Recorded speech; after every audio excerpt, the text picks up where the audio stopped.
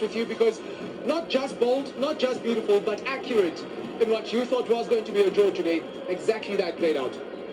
It's always the case when two giants of South African football meet, two giants of the African continent. We're talking about two teams. One came out in the semi-finals of the CAF Champions League. One went all the way to the final of the CAF Champions League. I thought tactically both coaches, I think they were spot on. I looked at Mamelodi Sundowns and I said in the first 45, the injury to Mshishi really did what they wanted to do. On the other side of Orlando Pirates, I thought the tactical changes that were made by the coach of Orlando Pirates, bringing Rile Mofokeng in to become a 10, have the pace of Muremi and also a police on the side. I thought it worked well.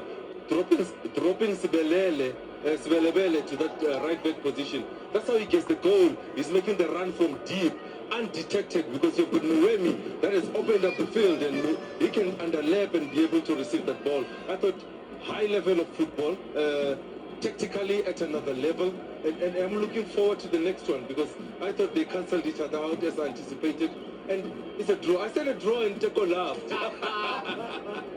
Emma wind in Mnyango. I'll never forget that. You did.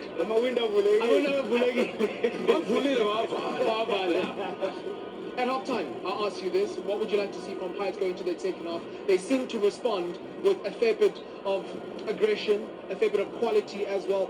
So much so that going to the last half hour, it seemed as if they were much the stronger of the two sides. I mean, they were much stronger in the last half hour.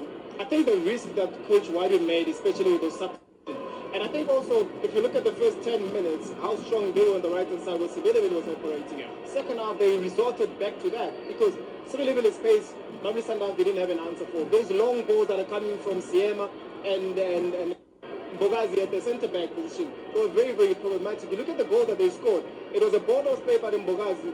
Lunga been able to position himself rightfully, misjudge the ball, that first touch from Sibelele, being able to score. But whenever a lot of Pirates play with a little bit of aggression, and I did say that if you have speed in your team, if you don't have the ball, you don't supply them with the ball, that speed becomes useless. But in second half, you have speed in the Orlando Pirates side, and the balls are being played to those players. They cause a problem for Mamelodi Sundowns. A better second half being played by Orlando Pirates. That's how you want to build on. And I'm sure Coach Wadi, because I had a conversation with him after that, I'm sure that's what he wants to build on going into the second leg. Not only just the second leg, but also the game in between that as well. Because there was a little bit of Orlando coming to this picture with not much of a confidence because of the two results that they actually occurred. But I did say in the beginning, I said, forget about the form.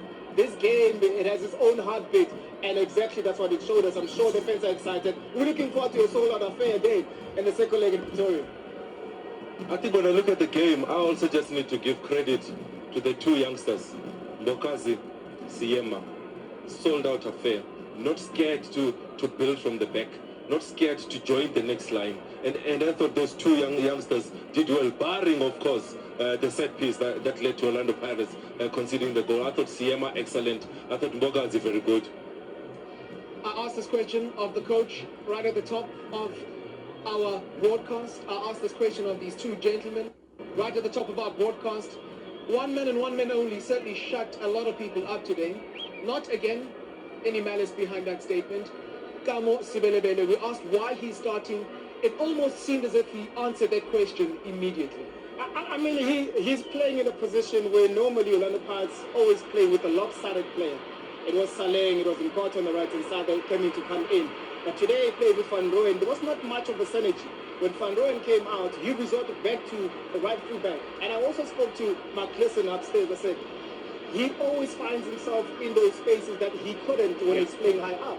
And possibly he might be the new right back for Orlando Pirates, based on the position that he occupies when Orlando Pirates are in position of the ball. And also what helps as well is Muremi helps creating that space. Because Muremi tucks in, then it frees Sibelele on the right-hand side. His pace was unbelievable. It was so problematic to deal with. But nonetheless, the risk that Coach Wadi took, that midfield, Sipho Mbule coming in to bring the calmness within that midfield as well.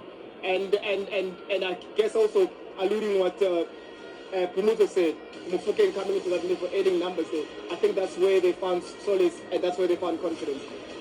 Ultimately, those numbers tell us that even though, yes, Orlando Pirates were knocking on the door, particularly in that last quarter of the game, we started to feel as if they don't deserve to lose this game.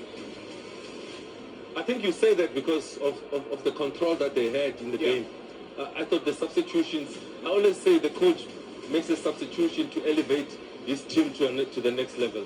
The calmness of Sipombole on the ball, then Nduli sits and he distributes the ball, then Rile Mufukeni is in at the 10. Then you've got an option of a police and also as Muremi in terms of the pace. On top of the show, when we were doing the build-up, we spoke about what does Sibelebele bring. Yeah. I said he's playing against a technical, gifted player in Mudiba.